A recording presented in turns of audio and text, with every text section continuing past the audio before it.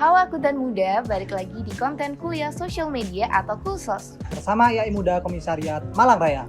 Nah, pada kesempatan kali ini kita akan belajar apa nih Kak? Wah, belajar apaan tuh Kak? Nah, kali ini kita akan belajar mengenai akuntansi pendidikan. Akuntansi pendidikan itu gimana ya? Sebelum ke situ kita bakalan jargon dulu kali ya Kak? Oh iya nih, IAI Muda Komisariat Malang Raya. Muda, berani, berintegritas.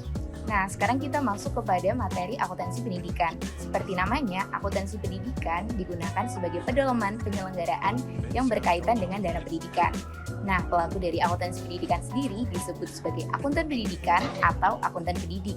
Kemudian, hasil dari laporan untuk akuntansi pendidikan ini akan digunakan sebagai pengambilan keputusan untuk internal maupun eksternal organisasi yang nantinya sesuai dengan Undang-Undang Pendidikan Nasional di Indonesia. Akuntansi dalam bidang pendidikan memiliki peran dan fungsi masing-masing nih Kak. Adapun peran dan fungsi masing-masing akuntansi dari masing-masing tingkat jabatan. Yang pertama, kepala sekolah. Kepala sekolah menggunakan akuntansi untuk mengevaluasi sekolah, melakukan tindakan-tindakan pengoreksian, dan melakukan perencanaan terkait kemajuan sekolah. Yang kedua, ada guru dan karyawan.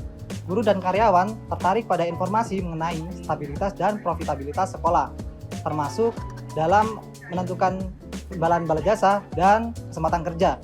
Yang ketiga, ada kreditur atau pemberi pinjaman, yaitu untuk melihat kemampuan sekolah dalam memberikan pinjaman. Yang keempat, ada orang tua siswa. Orang tua siswa berkepentingan untuk mengetahui informasi terkait instansi pendidikan sekolah, dan terutama pada perjanjian jangka panjang dan ketergantungan sekolah.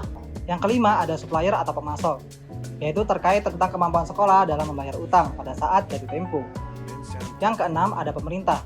Pemerintah dan lembaga di bawahnya berkepentingan terkait aktivitas sekolah dengan alokasi sumber daya. Contohnya seperti mengatur aktivitas sekolah, menetapkan kebijakan anggaran, dan sebagai acuan penyusunan anggaran pada tahun-tahun berikutnya.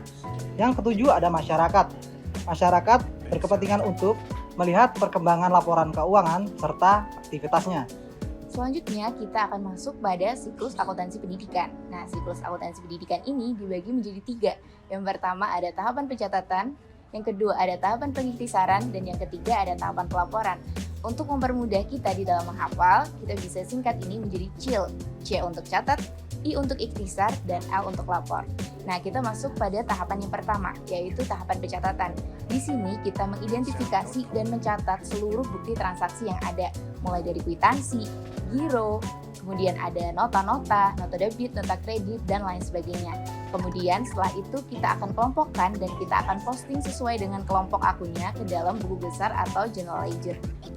Yang kedua yaitu ada tahapan pengikhtisaran. Nah, di sini kita akan membuat yang pertama ada neraca saldo, yang kedua ada jurnal penyesuaian, kemudian ada neraca lajur, kemudian kita membuat jurnal penutup, setelah itu kita membuat neraca saldo setelah penutupan, dan yang terakhir kita akan membuat jurnal pembalik. Nah, kemudian yang ketiga masuk pada tahapan pelaporan atau L-lapor. Nah, di sini kita akan membuat beberapa laporan yang telah kita gunakan tadi transaksinya. Yang pertama kita menggunakan laporan surplus dan defisit, yang kedua kita akan membuat laporan arus kas, dan yang ketiga akan membuat laporan balance sheet atau neraca, dan yang terakhir kita akan membuat catatan atas laporan keuangan. Nah, begitulah tahapan dari siklus akuntansi pendidikan.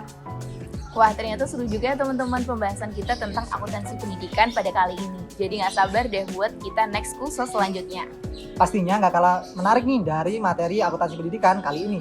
Jadi jangan lupa ikuti akun media sosial kami IAI Muda Komisariat Malang agar tidak ketinggalan informasi berikutnya. Oke, sekarang kita ada kata-kata motivasi nih Kak Hanafi sebagai penutup untuk kursus kita kali ini. Wah, apa itu Kak? Jadi Nelson Mandela pernah berkata bahwasanya education is the most powerful weapon in the world, atau kita bisa kenal dengan pendidikan adalah senjata paling mematikan di dunia, karena dengan pendidikan kita bisa merubah dunia. Sekian dan terima kasih. Sampai jumpa di next Unsos. IAI Muda Komisariat Malang Raya. Muda, berani, berintegritas.